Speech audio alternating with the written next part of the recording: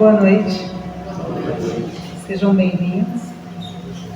Para iniciar a nossa conversa, eu vou convidar vocês a fazer um momento de prece, de entregar o nosso pensamento, o nosso sentimento a Deus, para que possamos começar as nossas reflexões e que elas possam, para além de estar na nossa mente, descer para o nosso coração. Então vamos cerrar nossos olhos, aqueles que se sentirem à vontade para isso, pensar em nosso Pai Criador, que nos criou para ser felizes, que nos quer bem e que nos aguarda. No final do nosso processo evolutivo, nós possamos estar em uníssono com Ele. E nessa trajetória temos conosco a figura magnânima de Jesus, que cá esteve como nosso irmão maior, nosso irmão mais velho, a nos guiar a trajetória. Então Jesus, se conosco hoje e sempre. Alivia-nos o fardo, nos ajude a passar pelas dores, ilumina o caminho e nos dê coragem para seguir os seus ensinamentos. Que assim seja, graças a Deus. Bem, o próximo feriado que nós vamos ter é a Páscoa. A Páscoa é o fim de um período chamado Quaresma. Quaresma que vem de 40. Quando então Jesus foi recém-batizado por João o Batista, recolheu-se no deserto e durante 40 dias ele passou pelas agruras da fome, da sede, do frio, do calor. Não sei se vocês sabem, mas o deserto, à noite é muito frio e de dia é muito calor.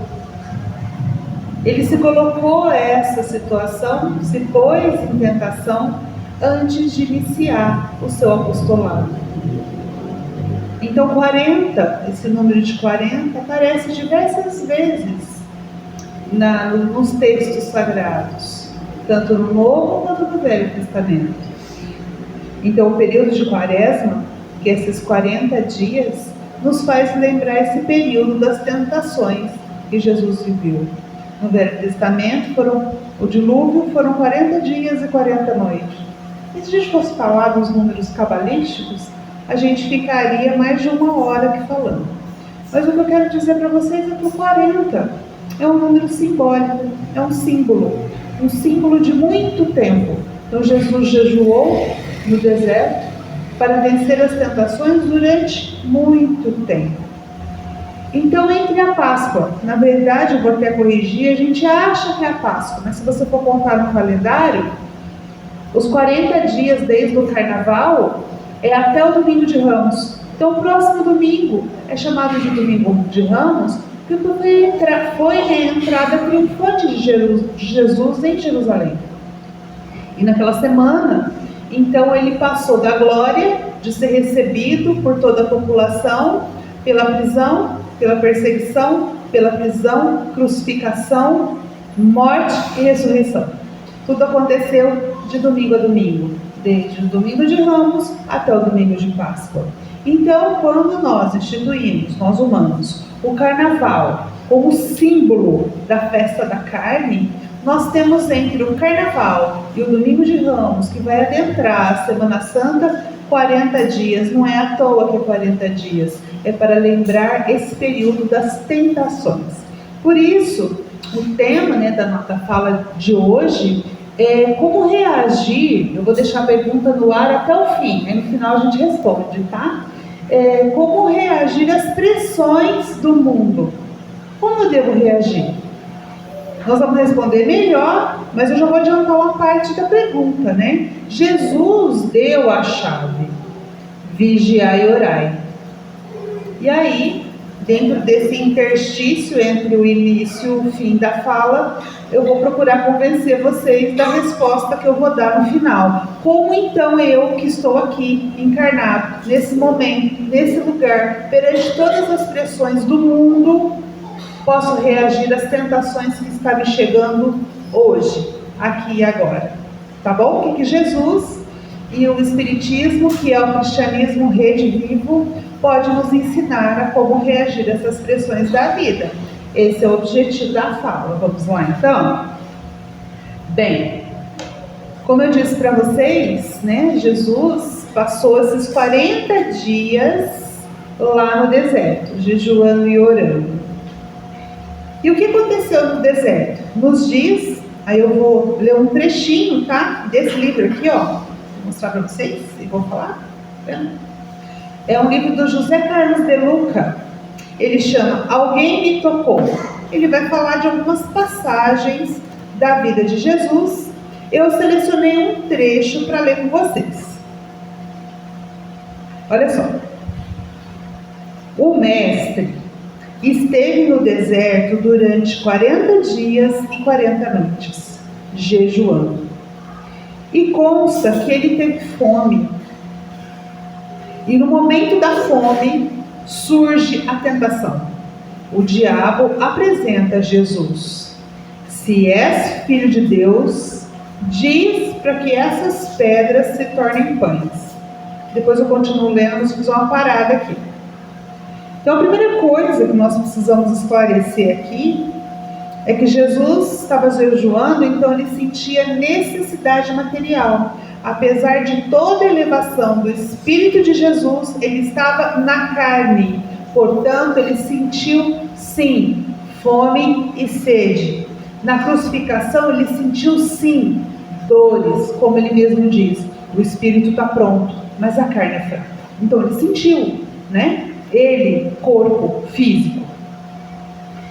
E aí, nada melhor do que as tentações para quando nós estamos necessitados, não é mesmo? Quando a gente precisa de alguma coisa, sempre chega alguém com uma proposta. É igual quando você está precisando de dinheiro. Chega alguém que quer lucrar em cima de você e te oferece um empréstimo a juros bem altos. Não é isso que acontece? Quando você tem uma necessidade, sempre às vezes aparece, né? A oportunidade, mas não que é bom para você, mas bom para quem está oferecendo. Então vamos entender essa palavra aqui, diabo, né? Está escrito lá assim, ó. Quando ele estava com fome, surge a tentação que o diabo apresenta. Olha, você não está dizendo que você é filho de Deus, do Pai Criador? É isso que a tentação está dizendo. Se você é filho de Deus e Deus tudo pode, essas pedras aí podem ser transformadas em pães. Faça isso e você vai saciar a sua fome. Daqui a pouco a gente vai ver a resposta inteligentíssima de Jesus, que nos serve de alerta, tá? Mas por enquanto vamos nos concentrar no diabo. O que quer dizer e o que nós entendemos por diabo? Bem, o entendimento aqui dos judeus era uma coisa, o entendimento dos nossos outros irmãos de outras fés é uma coisa. Aqui eu vou colocar o entendimento da doutrina espírita. O que é que a doutrina espírita entende por diabo? Não é uma personificação, mas o diabo, né, de maneira geral, na verdade, esse que se diz, né, não é uma pessoa, mas um conjunto de seres como nós, seres humanos, que estiveram aqui como nós, mas que estão desencarnados e se dedicam, se rebelaram contra as leis de Deus e se dedicam por aquilo que chamamos mal. Então quem é o diabo? É um personagem criado por Deus eternamente para o mal? Não. São pessoas como nós, talvez nós mesmos, já estivemos nesse papel e resolvemos seguir um outro destino, mas eles também um dia se voltarão ao bem. Por quê? Até quem estava lá comigo, que eu estou vendo lá, né? A gente acabou de estudar lá, que a fatalidade da evolução é que nós vamos incorporar ao seio do Pai Criador e sermos felizes. Então a evolução, ela vai nos levar à pureza e à felicidade. Gente, isso é fatal. Não tem como você escolher, eu não quero. O que você escolhe no seu livre-arbítrio é a velocidade com que você vai. Então aquilo que chamamos de diabo aqui, que é o mal, ele está indo devagar, ele não quer, ele está se rebelando.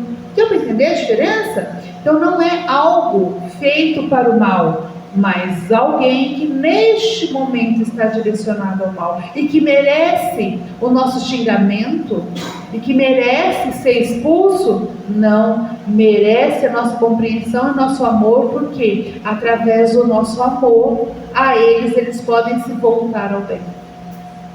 Isso a gente aprende, gente. Eu estou falando isso que às vezes parece palavras vazias, mas quem participa de uma reunião mediúnica tem um exemplo vivo disso. Como muitas vezes aquele espírito empedernido, perseguidor, ele se curva ao amor. Se você quiser combatê-lo só com palavras, ou querer se vingar contra ele, ele ganha. O que ganha deles? O amor e a compreensão. Bem, isso é uma questão para outro dia. Deixa eu pular, se eu tivesse contado, eu ia contar um monte de coisa, mas outro dia. Então, de pedido, essa palavra diabo aqui, a gente entende como seres aqui, neste momento, devotados a se rebelar contra Deus, a estar longe da lei divina. Então, o que eles queriam aqui? Tentar Jesus. Tentar de que jeito? Transformando pedras em pães, porque ele estava com fome. Pensa você, se você estivesse jejuando, não sei se era no final dos 40 dias, mas vamos supor que você está jejuando. Se fosse nós, eu estou falando por mim, tá, gente? Vocês talvez aguentassem mais. Se eu ficar 24 horas sem comer, eu já ia querer transformar no pão. Eu já ia falar, nossa, eu estou morrendo de fome, né? Mas vamos supor que passou-se 7 dias. A tentação era grande. E qual era a tentação aqui? Eu vou ler a resposta do Cristo para a gente discutir o que estava em jogo nessa tentação. E o Cristo respondeu com os dizeres. Nem só de pão viverá o homem, mas de toda a palavra que sai da boca de Deus. O diabo desiste, então, mas passa a tentar Jesus de outra forma. Então, quando o diabo diz, transforma essas pedras em pães, ele está apelando para o material. Ele é um corpo humano, ele vai ceder. Ele está apelando para o corpo material de Jesus. Jesus então lembra ele, eu sou num corpo, mas eu sou no espírito. Então ele fala, não é só de pão que vive o homem, mas do que sai da boca de Deus. E o que nós somos? O amor Deus é amor. E lá, quando a gente vai entendendo que Deus é amor, e por que Jesus diz que o que sai da boca de Deus é o verbo. E João, quem já teve a oportunidade de ler os evangelhos, o evangelho de João começa assim: Deus é amor e o verbo se fez carne. Já ouviram essa expressão? É lindo, eu me arrepio toda vez que eu falo. O que ele está dizendo? Deus é o princípio, é o amor que nos criou. Deus cria pelo verbo. Então João está lembrando, se você voltar e lá na Gênesis mosaica, vai estar escrito assim: e Deus disse, faça-se a luz. E Deus disse, separa-se as águas. Então no mito da criação, sempre não é Deus fazendo, mas Deus dizendo. O que é isso? É a energia da palavra, que é o que eu estou, claro, dentro da minha precariedade aqui, tentando contaminar vocês com a energia de uma palavra. Então é isso que quer dizer o que sai da boca de Deus. Que o que sai da boca de Deus é a energia criadora que nos vivifica. Como é que eu sei isso, né? Como é que a gente interpreta isso? Vamos de novo. Vamos voltar lá no Velho Testamento. O mito da criação do mundo e tem o mito da criação do homem. Aí diz assim, ó, e o do barro da terra. Então Deus fez Adão do barro da terra, ou seja, do pó, da terra, da argila, modelou Adão. E para que ele vivesse, Deus fez o quê? Todo mundo sabe. Soprou. O que saiu da boca de Deus é energia, é o espírito. Então o homem não é só barro, não é só corpo que é feito dos elementos do orbe do planeta que nós encarnamos, mas o homem é feito do sopro de Deus, do espírito que vivifica. Beleza? Continuando. Então quando Jesus responde a esses seres maléficos que não é só de pão que vive o homem, ele está dizendo: eu estou num corpo, mas eu sou espírito. E daquilo que eu estou me alimentando é da energia de Deus, eu não preciso de pão. Aí eu faço a pergunta para vocês: será que no momento das nossas tentações, nós conseguimos nos lembrar que nós também somos filhos de Deus e que nós somos, antes de ser corpo, nós somos espírito? Será que a gente lembra que nós somos espíritos, filhos de Deus, tendo uma experiência carnal? Ou a gente se identifica tanto com o corpo que a gente acha que nós somos esse corpo? E aí? Vocês acham que vocês realmente são essa casca? Não, não são. Tanto é que todos nós, fatalmente, todos que estão aqui, nasceram de uma mãe, de um encontro de um óvulo com espermatozoide, não é mesmo? É isso? Alguém foi diferente? Não, foi isso. Nascemos, crescemos, e qual é a nossa finalidade última desse corpo? O túmulo. É do berço ao túmulo, do corpo, mas é do espírito. O espírito não. O espírito continua vivendo, é lá tal como era cá. E pode ir se aperfeiçoando lá e cá. Então nós estamos tendo, a doutrina espírita nos esclarece isso, uma experiência carnal. Então vamos voltar à nossa pergunta. Eu sempre vou com a pergunta, vou voltar, tá? Qual que é o tema mesmo? Como enfrentar as pressões do mundo. Bem, se eu já tiver clareza que eu não sou corpo, mas que eu sou um espírito tendo uma experiência humana, vocês concordam que isso já melhora as tentações? Por que o diabo, que dito diabo, não conseguiu o seu intento com Jesus? Porque Jesus tinha essa clareza. Ele não precisava de pão. E será que nós sabemos que nós não precisamos necessariamente do pão, da casa, do carro, do orgulho, de ter poder?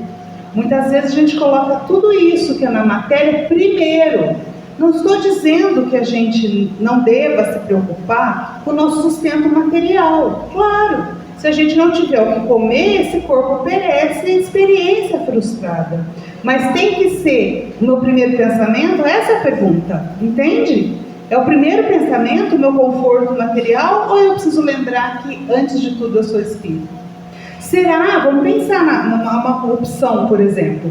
Será que o político corrupto, que muitas vezes de boas intenções chegou lá, querendo melhorar a sociedade, e é corrompido por tudo aquilo, e vem a executar alguns roubos, que vai tirar, alguns desvios, vamos chamar assim, que vai tirar de repente dinheiro, vamos pensar, de um hospital.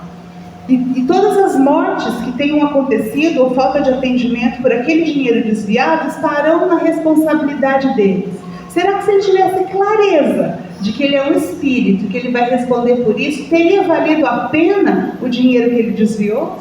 Vale a pena ter alguns anos de conforto material e alguns séculos para resolver isso espiritualmente? Para pensar, como não é inteligente. Então, quando a gente tem clareza de que nós somos espíritos, as tentações e as pressões do mundo se aliviam. Por isso que Jesus disse que ele nos aliviaria, porque esse conhecimento de que somos espíritos em trânsito terrestre é um conforto, nos alivia diante das pressões. Voltando então à Páscoa, Então Jesus vai dizer para nós que esse período de 40 dias que ele vivenciou lá, que a gente chama de quaresma, e a gente está sendo convidado a vivenciar essa quaresma pensando nas tentações, Então a festa da carne, que é o carnaval, é literalmente materialismo, convidando aos prazeres da carne. E a Páscoa, que acontece no domingo de Páscoa. O que acontece? Na sexta-feira santa acontece a morte. Não é isso? Acontece a morte. E no domingo de Páscoa acontece a ressurreição gloriosa. Então, quando eu penso na Páscoa, é a vitória do Espírito. É Jesus mostrando que ele sobreviveu ao túmulo. É a lição derradeira dele. Eu sou Espírito. Vocês também são. Ele diz aos apóstolos: eu vou antes e vou preparar o caminho para vocês.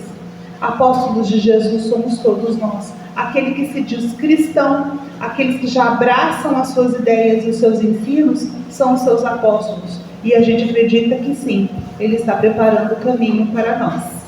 Bem, o lugar, né? Tem um livro, gente, chamado Fonte Viva, autoria do Espírito Emmanuel. Ele diz assim, olha: as tentações nascem conosco, assomam de nós, alimentam-se quando não combatemos dedicadamente o mal. O que o Emmanuel está nos ensinando? Vocês lembram aquele diabo lá que tentou Jesus, lá na Bíblia, que eu acabei de ler? Sabe o que o Emmanuel está contando para a gente? Sabe quem é o diabo?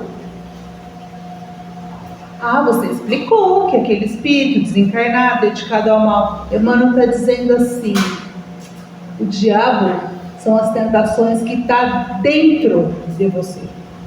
O diabo não está fora de você. Você só cede ao que está fora porque dentro aquilo te chama. Conclusão: nós cedemos à tentação porque nós temos más tendências. E qual é o chamado da evolução? Que a gente combata as más tendências. Gente, quando a gente tem um jardim, a gente vai lá, planta, né? Deixa o jardim bonito. Se a gente deixar de olhar, ir lá no jardim e deixar, sei lá, 15 dias, o que acontece quando a gente chega lá? Tem um monte de brotinho de mato, de erva daninha. Então você tem que ir lá e tirar a erva daninha e cuidar dele. Se você vai tirando a erva daninha enquanto ela está pequena, o seu jardim continua bonito. Mas e se você deixar passar um ano, o que acontece? O seu jardim vira puro mato. Assim somos nós. Imagina a sua alma como um jardim. Você escolhe se você quer flores ou se você quer espinheiros. Então, as nossas más tendências são brotinhos dos espinheiros que a gente precisa todo dia ir combatendo e tirando, para que as flores das nossas virtudes, que temos todos nós temos virtudes, que elas floresçam. Agora, se eu não combater as minhas más tendências, elas vão sufocar as flores.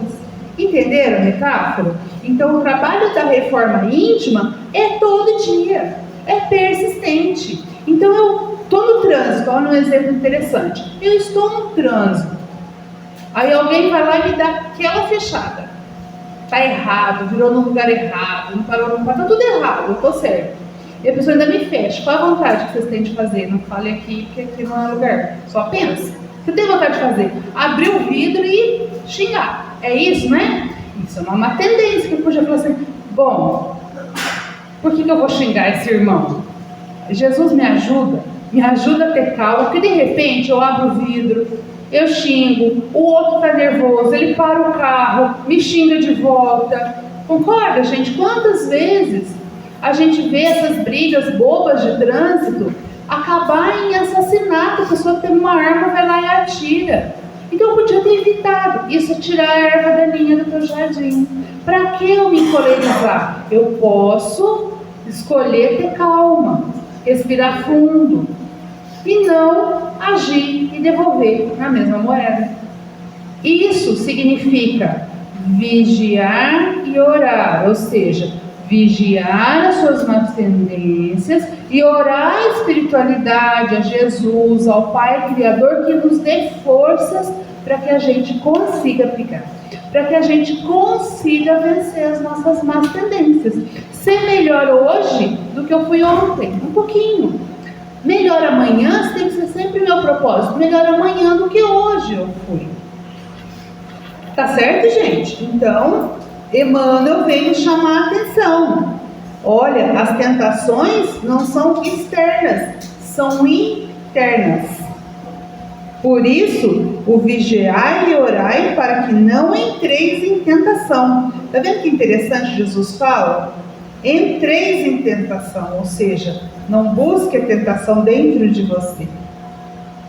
O espírito está pronto, mas a carne é fraca. O que Jesus está nos dizendo? Que muitas vezes a gente dá mais atenção para as necessidades da carne do que as necessidades do espírito. Por isso, vigiai e orai. Vigiai e orai para você lembrar que você é espírito. Você é filho de um Pai Criador, tendo uma experiência na carne. Portanto, o seu objetivo tem que ser a felicidade do espírito, mesmo que isso lhe custe a felicidade da carne. O que é a felicidade da carne? Ceder aos nossos desejos. Muitas vezes a gente cede aos nossos desejos assim, sem consequências, e criamos para nós karmas individuais e coletivos que vamos responder por séculos. Não é mesmo? Às vezes um desejo, seja de poder, seja no campo sexual, quantas e quantas tragédias a gente vê acontecendo por um desejo no campo sexual não correspondido, né? Então a gente toma cuidado com isso. Caminhando aqui para o fechamento, eu trouxe uma mensagem lá do livro Os Mensageiros, da série A Vida do Mundo Espiritual, de André Luiz. É o segundo livro da série. Nesse livro Os Mensageiros, André Luiz vai contar a sua trajetória de vinda até o orbe, e eles vão acompanhar. Então tem, na primeira parte do livro, é a vinda deles, atravessando os umbrais até chegar aqui, caminhando, e aqui no orbe eles vão acompanhar um grupo de passistas. Então os passistas, né, vamos entrar agora no trabalho de paz. Então tem um grupo de passistas. A gente sabe que a equipe de passista tem a equipe encarnada e a equipe desencarnada que trabalha junto. E André Luiz, enquanto desencarnado, vem acompanhar a equipe de passistas na contraparte espiritual. E aí, os problemas que ele vai acompanhando, que ele vai vendo, o mentor vai dizer o seguinte para ele: olha só, a mente humana abre-se cada vez mais para o contato com a esfera de vibrações dos invisíveis, como fatalidade evolutiva. O que ele está dizendo?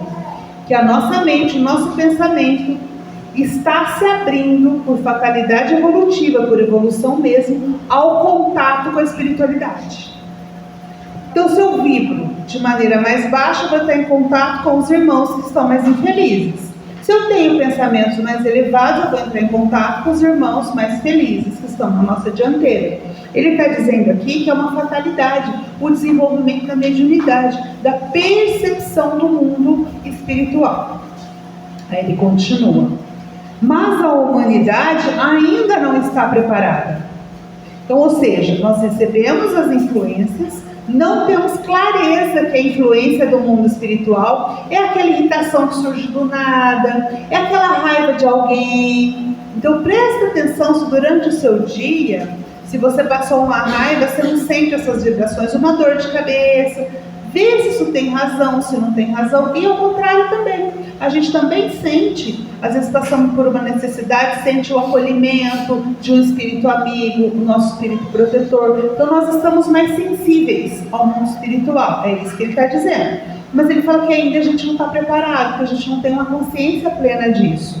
Então a criatura, ou seja, nós, vive assoberbada por graves problemas, não só por suas próprias deficiências, mas também pela espontânea aproximação psíquica de milhões de desencarnados que se agarram à crosta terrestre, ignorante dos desígnios divinos. O que significa isso? Se você desencarna atrelado às coisas materiais, lembra o convite de Jesus para vigiar e orar? e que nem só de pão vive o homem, se você vive na terra como um espírito encarnado, desapegado da matéria, o que acontece quando você desencarna?